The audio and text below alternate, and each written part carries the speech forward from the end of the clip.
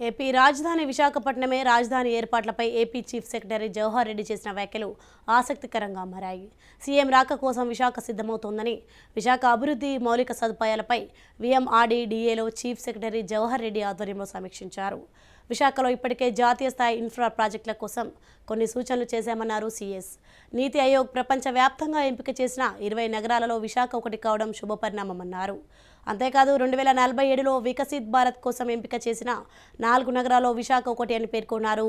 వీఎంఆర్డీఏలో chief secretary Jawahar Reddy కీలక సమావేశం ఏర్పాటు చేసి విశాఖలో రాజధాని బిల్డింగ్ల ఎంపిక సన్నద్ధతపై చర్చించారు. ఇక విశాఖ అభివృద్ధి మౌలిక సదుపాయాలతో విశాఖ మరింత ముందుకు సాగుతోందని, దీన్ని త్వరలో రాష్ట్ర ప్రజలు చూస్తారని సీఎస్ ఆసక్తికర వ్యాఖ్యలు చేశారు.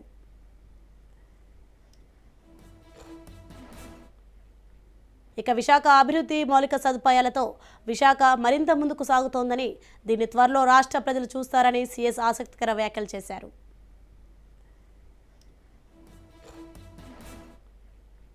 ఇక విశాఖ అభివృద్ధి మౌలిక సదుపాయాలతో విశాఖ మరింత ముందుకు సాగుతోందని, దీన్ని త్వరలో రాష్ట్ర ప్రజలు చూస్తారని సీఎస్ ఆసక్తికర వ్యాఖ్యలు చేశారు.